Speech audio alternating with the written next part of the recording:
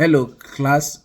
This is Taiwo Adeniran, and I'm presenting a case of a patient, a 30 years old patient, to you today. So, my patient is a 30 years old Hispanic female who came to my clinic with complaints of some vaginal discharge, and also she came in to have a annual pap smear done. So she came in unaccompanied. She's alert. She's oriented times four. She seems to be a very good historian, and every information obtained from her were very reliable. Her chief complaint was, "I'm here for my pap smear exam, and also I've been having some vaginal discharge and some pain when I urinate."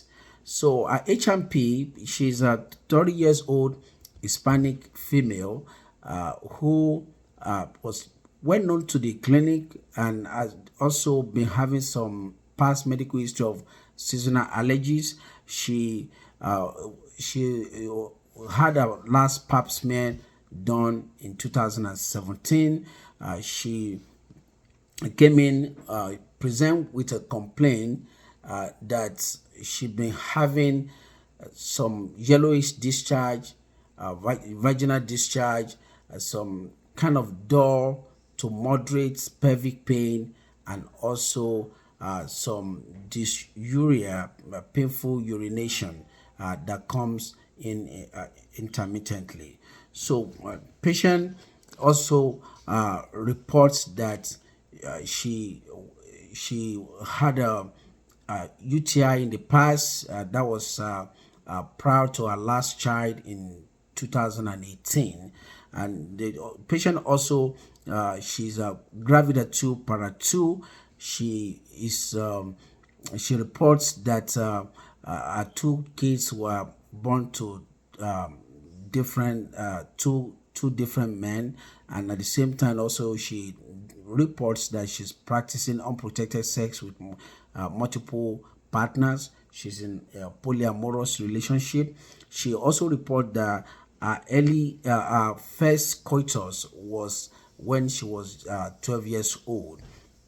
So the patient also reports that her last child was born in 2018, and it was through a C-section. She reports that her last menses was 10 days ago. She reports that menses have always been regular, and also she denied any heavy bleeding during menses. She denied any bleeding after menses. She denied any abdominal pain with her menses. So she reported that she was on a cruise with a group of female and male friends. They were on a cruise to Bahamas for a week to celebrate her friend's birthday, and according to her, that they had fun. Then upon returning back, she said she started having some discharge from her vagina, and also she noticed that whenever she urinates, there's some painful sensation. She denied any fever. She denied any hematuria. She denied any abdominal discomfort. However, she did mention that she was having some dull to moderate pelvic pain. The patient also denied any yeast infection. She denied any recent UTI other than the one she had in 2018. She denied Dutching. She also denied use of any over-the-counter remedies for her symptoms prior to coming to the clinic. So, past medical history includes just seasonal allergies. The only surgery she reported that she had was in 2018 with a C-section for her last child. She reports that she has been fully vaccinated with a Moderna vaccine, and also she's boosted. She also reported that she had a influenza vaccine last December. She reports that her last pap smear was done in 2017. She denied any food allergies. Also, she denied any latex allergy. The medication she told us that she's been taking just multivitamin and also loratadine for her seasonal allergies. She's also on birth control pills, Depo-Provera 150 milligrams every 3 months.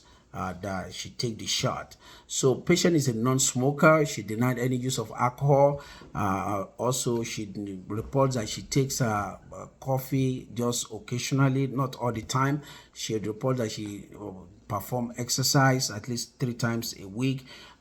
She reports that she works at a local bank as a teller at a local bank.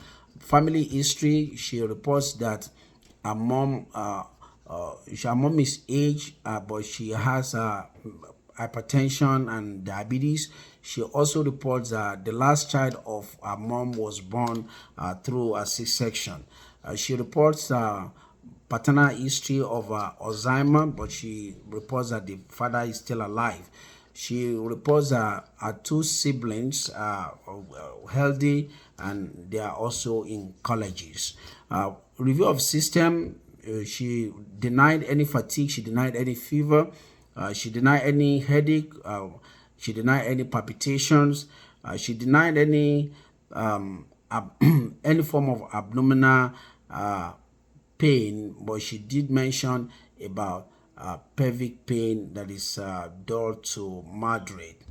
She denied any constipation. She denied any nausea or vomiting. So most complaint was genitourinary symptoms. She did reports of dysuria.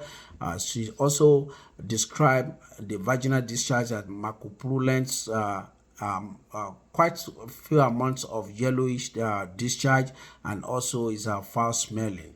She denied any irregular menses, like I mentioned earlier. So assessment done on her: the patient is overweight with a BMI of 29. She appear calm with and does not show any acute distress.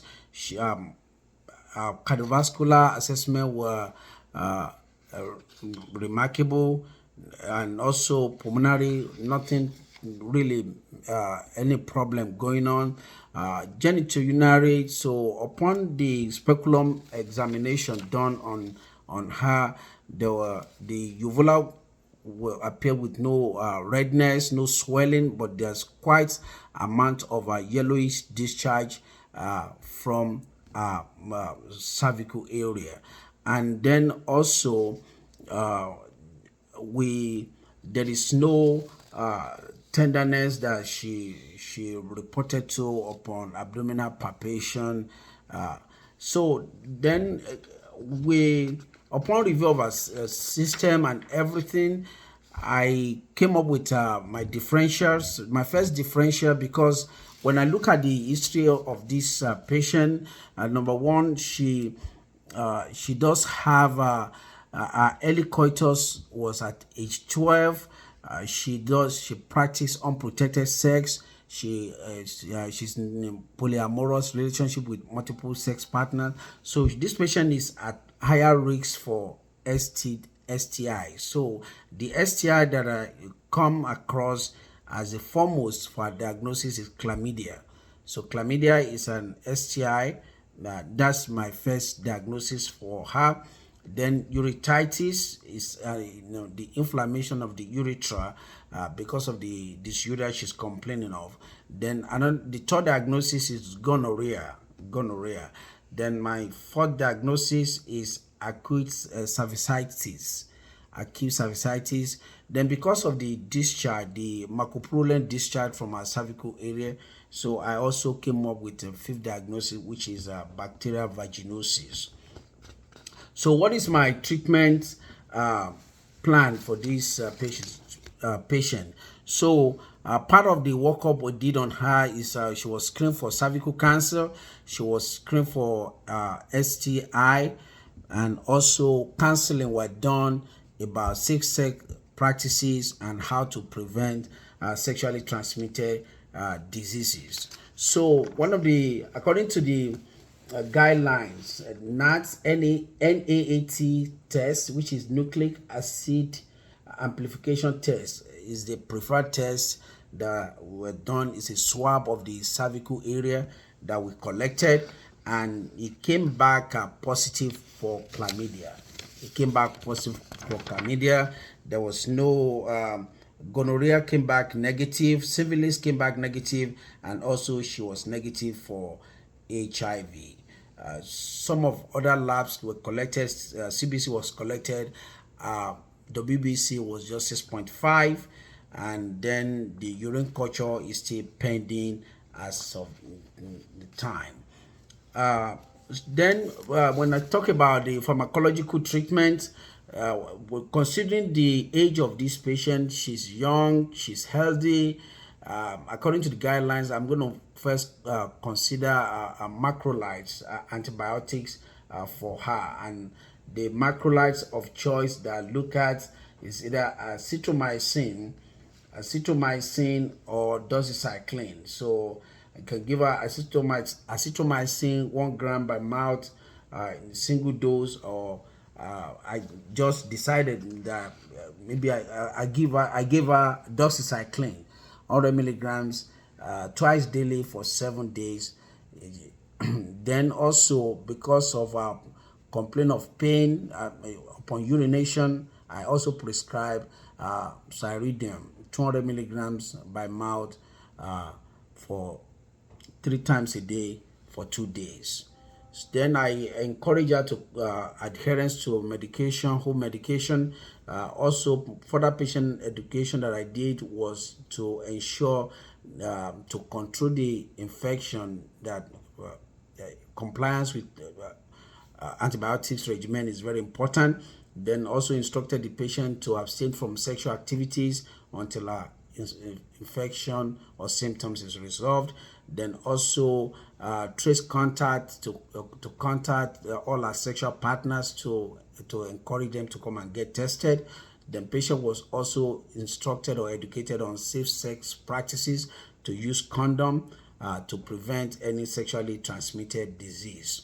Further referral, there's no referral that I made yet now. According to the guidelines, considering a stable condition, I just asked the patient to return back to the clinic in 3 months' time from now to be tested again, or to repeat the culture that we obtained for chlamydia. So that is my presentation, and thank you.